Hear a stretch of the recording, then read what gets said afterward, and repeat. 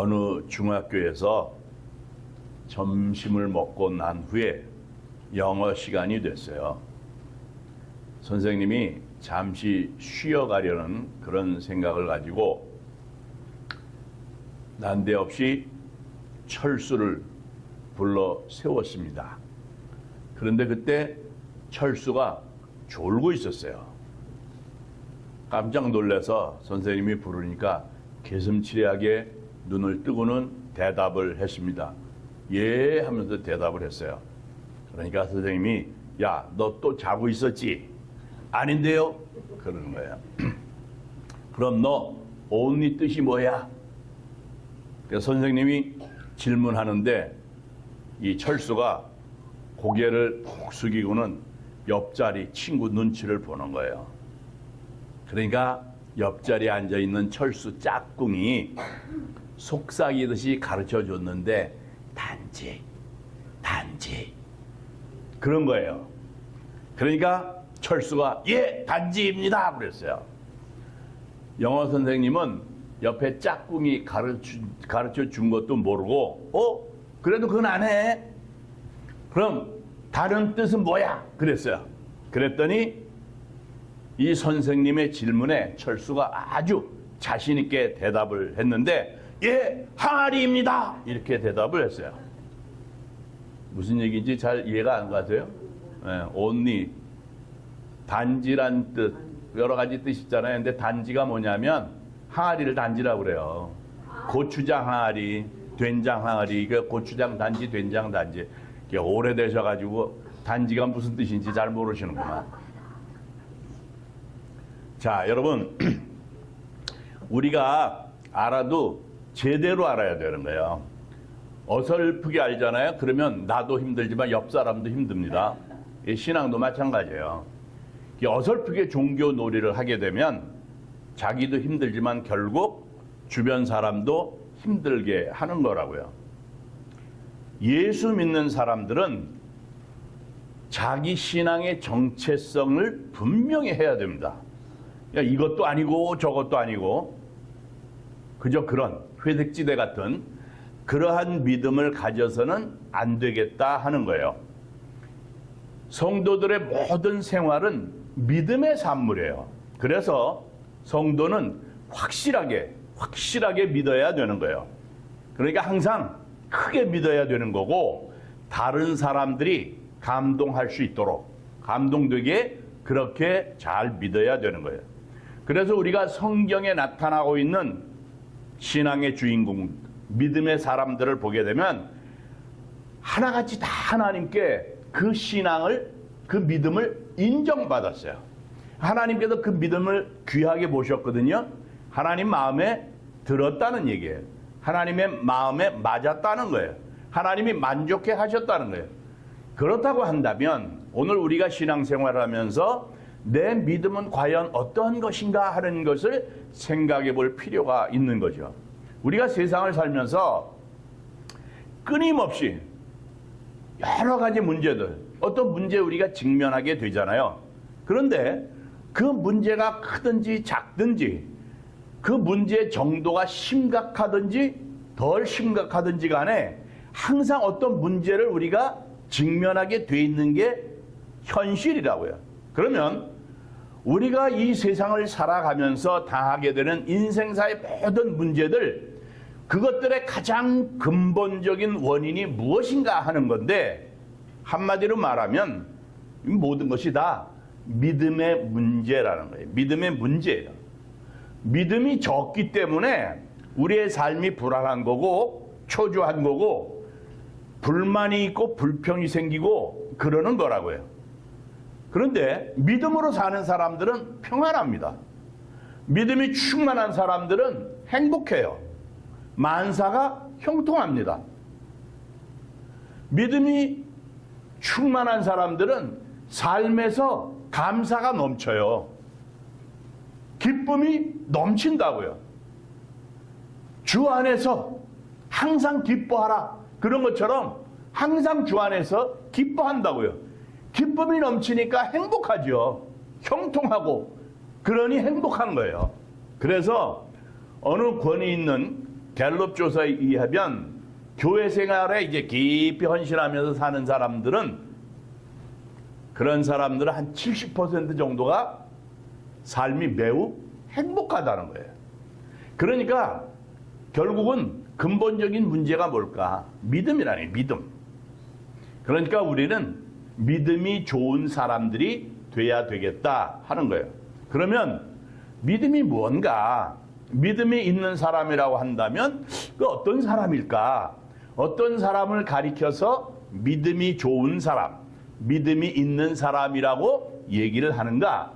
그 기준이 뭔가 하는 건데, 오래전에 어떤 목사님이 지하철을 탔다가 경험한 일을 글로 적어놨어요.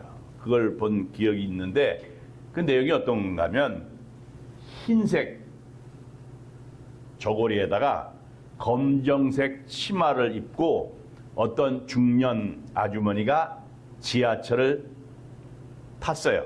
지하철을 타고 가다가 옆에 있는 어떤 청년하고 대판 싸움이 붙었다는 그런 얘기예요.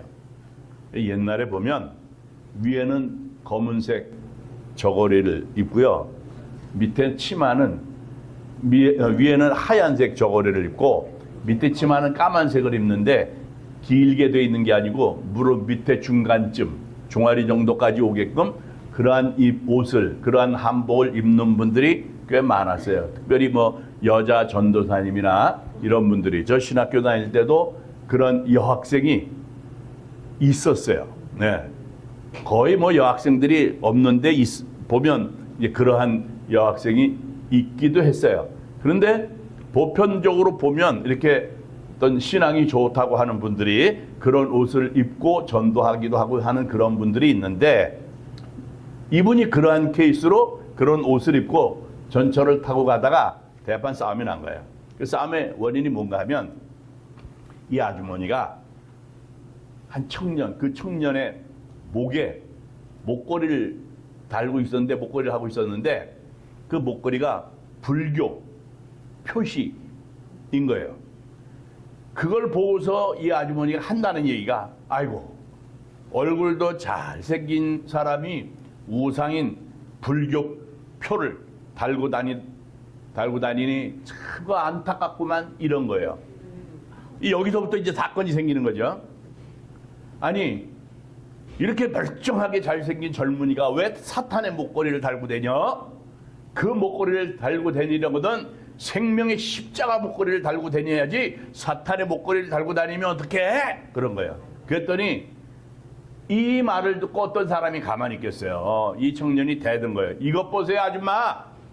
아니, 내가 사탄의 목걸이를 하든지 뭐든지 왜 당신이 간섭이냐고. 십자가 목걸이가 그렇게 좋으면 당신이 하고 내리면 되잖아.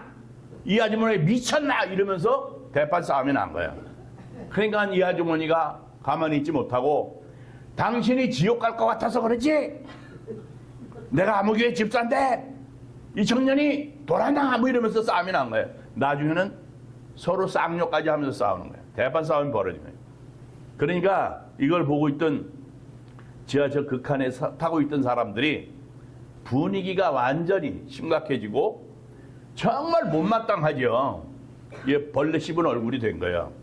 그런데 그 목사님이 그걸 보고 있었으니, 이 글을 좀 목사님이 보고 있었으니 너무 다 창피한 거예요. 자기하고 전혀 상관이 없는 사람인데도 자기가 보기에도 너무 민망스러워. 내가 어쩌다가 이 전철 이 칸에 타가지고 이거 못 볼 거를 보게 됐나 하는 그런 생각이 들었던 거예요.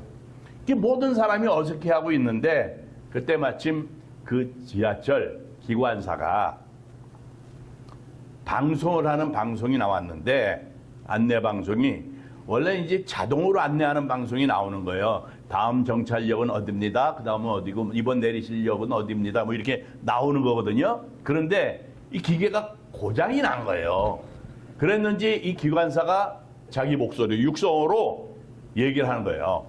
손님 여러분, 이번 정차할 역은 대방역입니다. 다음 정차할 역은, 그러다가 이 기관사가 머뭇머뭇하는 거예요. 왜 그런가 하면 다음 정차할 역이 어딘지를 잊어버린 거예요. 그래서 더듬대다가 다음 정차하려군 그 다음에 뭐라 그러는가 하면 여러분 어디겠습니까? 이런 거예요.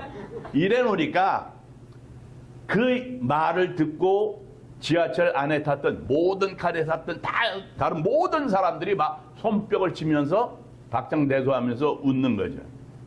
그러니까 이 대판 싸움이란 이걸 보던 사람들도 방송을 듣고는 박수를 치면서 웃으면서 어색해졌던 분위기가 다 사라지고 오히려 솟아오르는 기쁨을 주체할 수가 없었다는 그러한 이야기예요. 자, 한번 생각을 해보자고요. 이런 사람을 정말 믿음이 있는 사람이라고 이야기를 할 수 있을까 하는 거잖아요. 우리가요, 때때로 그래요. 믿음이 좋다고 하는 사람들 때문에 우리 스스로가 부끄럽게 여기는, 부끄러움을 느끼는 그러한 경우가 굉장히 사실 많이 있다고요. 그러면 믿음이 좋다는 것이 무엇을 의미할까? 어떤 사람이 믿음이 있는 것일까? 오늘 보면 누가복음 7장에 나온 이 내용을 보면 바로 이 말씀이 이러한 질문에 예수님께서 대답하시는 거예요. 이 질문에 대한 예수님의 대답이라고요. 자, 우리가 오늘 본문에서 보는 대로 예수님께서 이 백부장을 보시고 엄청나게 칭찬을 하셨대요. 아주 굉장히 크게 칭찬을 하셨어요. 아주 대대로 수천 년 동안 하나님을 믿는다고 하는, 믿음이 좋다고 스스로 자부하고 그렇게 살아가고 있는 그 이스라엘 사람들, 그 사람들 가운데서도 찾아볼 수 없는 정말 좋은 큰 믿음을 가진 사람이다. 그렇게 칭찬을 하시는 거예요. 지금까지 예수님께서 믿음이 있다고 하는 수많은 사람들을 보았지만 이만한 믿음을 가진 사람을 내가 보지 못했다. 이만한 믿음이 있느냐 이거예요. 정말 예수님이 아주 크게 감탄하시면서 칭찬을 하신 거예요. 이만한 믿음을 내가 만나본 적이 없다. 만나보지 못했다. 깜짝 놀라실 만한 그런 믿음이라는 거예요. 그럼 이 사람이 얼마나 좋은 믿음이냐 하는 건데, 그러면 이 본문에 나오고 있는 백부장이 도대체 어떠한 믿음을 가지고 있길래 예수님께서 그토록 칭찬을 하셨을까 하는 거잖아요. 오늘 본문의 내용을 보면은 사실은 아주 간단한 내용이에요. 가버나움에 살고 있는 백부장. 이 백부장은 로마의 군인입니다. 100명의 군사를 거느리고 있는 간부, 장교쯤 되는 거예요.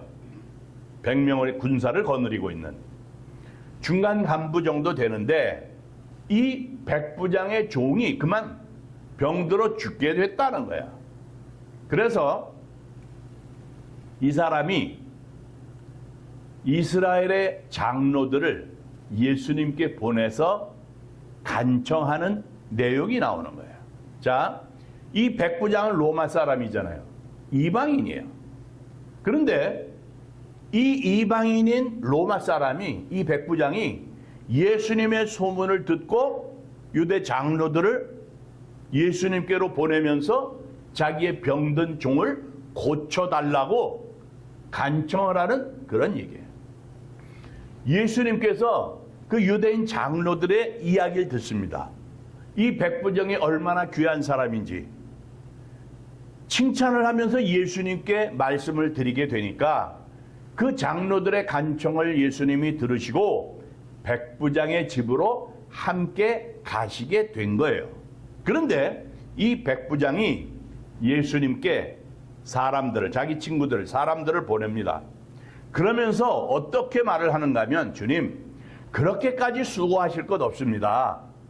나는 주님을 내 집에 모셔드릴 만한 그런 자격이 없는 사람입니다. 그래서 내가 주님께로 나아갈 엄두도 내지를 못했습니다. 그저 말씀해 주셔서 내 종을 낫게 해 주시옵소서, 그런 간청을 한 거예요.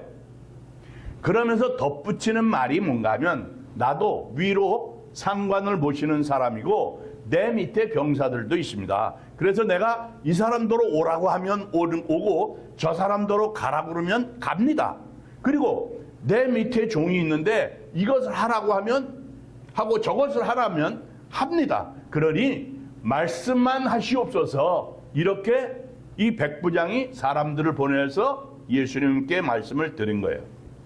그 말씀을 듣고 예수님께서 아주 깜짝 놀라워 하시는 거죠.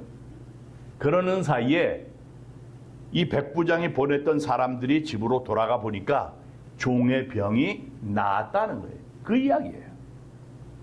사실 아주 간단한 내용이죠.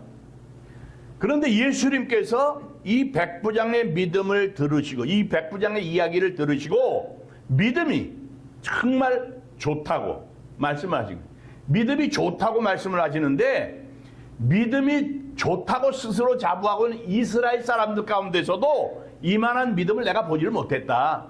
이런 말씀을 하신 거라고요. 그렇게 크게 칭찬하신 거예요.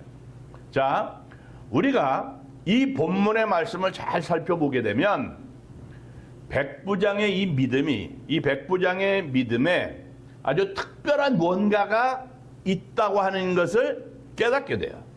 그것이 뭔가 하면 이 백부장의 믿음은 그저 관념적인 것이 아니었다는, 추상적인 것이 아니었다는 그런 얘기예요. 자, 이 백부장의 믿음이 그냥 막 허공을 떠도는 그런 것처럼 그렇게 추상적이지 않았다는 거예요. 이 사람의 믿음은 아주 구체적인 삶의 문제와 삶의 문제에 연결이 된 그러한 믿음이라고 하는 얘기예요. 자, 오늘날 그래요. 많은 사람들이 어떻게 생각을 하는가 하면 믿음이라고 하는 것이 이게 영적인 거니까 보이지 않는 어떤 그러한 것으로 생각을 합니다. 그런데 사실은 진짜 믿음이라고 하는 거는 추상적인 것이 아니라 아주 구체적인 거예요. 관념적인 것이 아니라 실제적이라는 거예요. 실제적인 우리의 삶의 문제라는 얘기예요. 보이지 않는 것이 아니라 우리가 눈으로 똑똑히 볼 수 있는 것, 바로 이것이 믿음이라는 거예요. 그래서 히브리서 11장 1절을 보게 되면 믿음은 바라는 것들의 실상이요 보이지 않는 것들의 증거라고 그렇게 말씀을 했어요. 그러니까 믿음이라는 게 막연한 게 아니라는 거예요. 실제적인 거예요. 실제적인 보이지 않는 것이 아니라 분명하게 볼 수 있는 거라는 그런 말씀이란 말이에요. 다시 말하면 믿음이라고 하는 것은 증명할 수 있는 것이라는 그런 말씀이에요. 사람들이 볼 수 있어야 하는, 만질 수 있어야 하는 그런 구체적이라고 하는 말씀을 하는 거예요. 그게 믿음이에요. 자, 이 본문에 나오고 있는 백부장의 믿음을 보자고요. 어떤 믿음인지. 자, 종이 병들어 죽게 됐다는 거예요. 그 종이 병들어 죽게 됐는데 그 종의 병, 아주 구체적인 그 문제, 그것과 자기의 믿음을 연결시킨 거잖아요. 우리는 이 백부장이 기도를 얼마나 많이 하는 사람인지 이런 거 알 수 없어요. 그 사람이 신앙생활을 어떻게 하고 있는지 그런 것을 우리가 알 수는 없지만 분명한 것이 있는데 그것이 뭔가 하면 이 사람은 자기 인생의 어려운 문제, 어떤 어려운 문제에 직면하게 됐을 때, 어려운 문제에 부딪히게 됐을 때 그것을 신앙의 과제로 삼았다는 거예요. 신앙과 연결을 했다는 거예요. 풀리지 않는 인생의 어떤 어려운 문제를 신앙의 과제로 삼았다는 거예요. 자기의 삶에 힘들고 어려운 일들, 어떤 문제들, 그것을 신앙의 과제로, 신앙의 문제로 삼았다는 거예요. 바로 이것이 중요한 거예요. 자, 오늘 우리 신앙인들에게 있어도 문제가 뭔가 하면 신앙 따로, 생활 따로예요. 그게 문제, 그게 심각하다고요. 그러니까 신앙과 생활이 이중적이라는 거예요. 따로따로 논다는 거예요. 세상을 사는 건 그냥 세상을 사는 거고 교회에서 신앙생활을 하는 것은 그건 신앙생활인 거예요. 이게 연결이 안 되고 따로라는 얘기예요. 사업은 사업이고 신앙은 신앙인 거예요. 자식을 교육하는 것은 교육이고 신앙은 신앙인 거예요. 따로. 관계가 없다는 그런 얘기를 하는 거예요. 그래서 세상에서 예수 믿지 않는 그러한 세상 사람들이 사업하는 것처럼 예수 믿는 사람들도 똑같이 그렇게 사업을 한다는 얘기예요. 세상 사람들이 자식을 교육하는 그 논리대로, 그 방법대로 예수 믿는 사람들도 그대로 해요. 신앙 따로 하는 거예요. 삶이 따로라는 거예요. 예수를 믿는 정치가들도 그렇습니다. 정치하는 거 따로, 신앙 따로 이렇게 돼 있어요. 이게 하나가 아니라 따로 된다는 그러한 얘기. 그렇게 살아간다는 거예요. 그래서 문제가 끊이지 않는다는 거예요. 우리가 믿는 믿음이라는 거는 신앙과 삶이 하나예요. 하나로 일치가 되는 거예요. 그게 신앙생활 이렇게 얘기하잖아요. 신앙과 생활이 일치돼야 되는 거예요. 믿음이라고 하는 것은 우리가 세상에서 당면하고 있는 모든 삶의 문제를 신앙의 과제로 삼아야 되는 거예요. 신앙과 연결시켜야 된다는 거예요. 누구나가 다 당면하잖아요, 문제를. 삶의 문제 다 직면하게 돼 있는데 그것을 그냥 세상에서 우리가 살아가고 있는 그냥 삶의 하나의 문제라고 그냥 그렇게 생각을 한다면 그런 사람은 믿음이 없는 사람이라 이런 얘기를 하는 거예요. 우리가 세상을 살면서 우리가 일어나고 있는 삶의 모든 문제를 신앙의 과제로 생각하는 사람은 그런 사람은 믿음이 있는 사람이다. 이렇게 얘기를 하는 거예요. 그래서 삶의 문제를 신앙적으로 생각하느냐 아니냐 그거라고요. 그거로 인해서 그 사람이 믿음이 있느냐 없느냐 하는 것을 판단할 수 있는 기준이 된다는 거예요. 우리가 세상을 살면서 어려운 문제를 당하기도 하고 실패를 경험하기도 하잖아요. 또 어떤 때는 참 잘 돼요. 승리하기도 하고. 자, 실패했든지 어렵든지 잘 됐든지 무엇이든지 어떤 문제든지 하나님과의 관계성 속에서 생각할 수 있어야 된다는 거예요. 그런 사람이 믿음이 있는 사람이라는 거예요. 우리는 그러한 사람들, 그러한 믿음이 있는 사람들이 돼야 되는 겁니다. 자, 오늘 본문에 나타나고 있는 바로 이 사람이 백부장. 이 사람을 예수님께서 극찬하셨잖아요.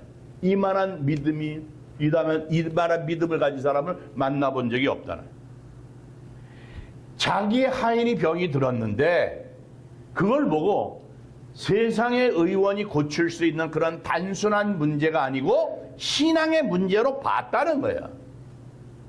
바로 그러한 그 모습, 그 태도를 보시고 이 사람이야말로 믿음이 있는 사람이라는 칭찬을 하신 거라고요. 모든 것을 하나님과의 관계 속에서 생각해야 돼요. 거기에서 답을 얻어야 돼요. 거기에서 해결의 방법을 찾을 수 있어야 되는 거라고요. 그러면 하나님이 해결하시는 거예요. 하나님이 인도하셔서 하나님이 역사하시는 거예요. 그래서 우리는 이 시간 그러한 믿음을 결단할 수 있어야 되는 거예요. 아프리카에서 동물을 볼 수 있는 그 국립공원이 있잖아요. 그 국립공원 가운데 대표적인 것이 케냐의 마사이마라. 이 케냐에서는 마사이마라라고 하는데 탄자니아에서는 세렝게티라고 그렇게 얘기를 해요. 이게 케냐하고 탄자니아하고 같이 이렇게 연결이 돼 있는 거라고요. 그런데 얼마나 큰지 이 국립공원에 수많은 동물들이 살고 있는데 한 지역이 건기가 되면 아주 비가 안 와가지고 땅이 반짝 말라가게 되면 다른 한쪽은 비가 오고 이렇다고요. 그러니까 이 동물들이 땅이 바짝바짝 말라가면 살 수가 없잖아요. 그래서 비가 오는 우기가 돼 있는 그쪽으로 옮겨간다고요. 이 동물들이 다 옮겨가요. 그래서 이쪽에서 지내다가 건기가 되면 땅이 말라가고 물이 없으니까 다른 쪽으로 물이 있는 곳을 찾아서 갔다가 그것이 다시 가물어 가지고 또 먹을 것이 없고 땅이 바짝 마르면 다시 넘어가서 물 있는 곳을 찾아간단 말이에요. 이게 반복을 한다고요. 그런데 이 중간에 마라라고 하는 강이 있어요. 그러면 이게 강이 우기가 되면 비가 많이 오고 그러면 이게 강이 넘쳐나죠. 그러면 그거를 이 누라고 하는 소의 종류, 누라는 게 있는데 이 누떼가 엄청나게 많아요. 수만 마리들. 막 물을 찾아가죠. 가다가 이 강이 있고 이걸 건너가야 되는데 거기에 뭐가 있냐면 악어떼가 있단 말이에요. 악어가 막 우글우글 된다고요. 그러면 그 물로 뛰어 들어가면 어떻게 돼요? 악어 밥이 되는 거잖아요. 그래서 이 누떼가 리더가 있어요. 리더가 거기서 쳐다봅니다. 이거 건너가야 되는지 말아야 되는지. 자기도 염려가 되겠죠. 걱정이 되겠죠. 이 악어떼가 우글거리고 있는 것을 들어가야 되는데 리더가 고민을 하다가 결단을 내립니다.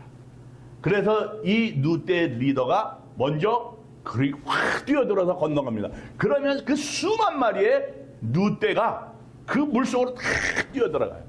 그래서 그 강을 건너서 살 수 있는 곳으로 갑니다. 물론 그러다가 악어에게 잡아먹히는 그러한 누들도 많이 있지만 그런 결단을 하고 넘어가요.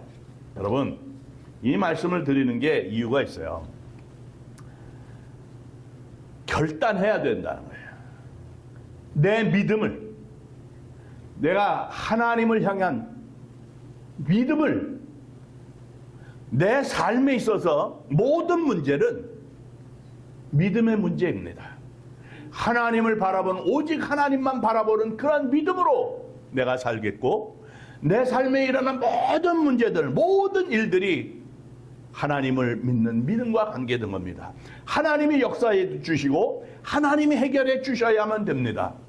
모든 것이 주 안에 있는 것입니다. 이러한 믿음을 우리가 결단해야 된다는 거예요.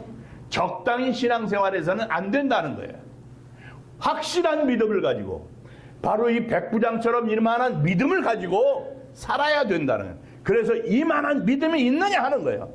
이만한 믿음을 가지고 백부장처럼 그래서 하나님께 칭찬 듣는 그러한 믿음으로 승리하는 하나님의 백성들이 되시기를 주님의 이름으로 축원합니다.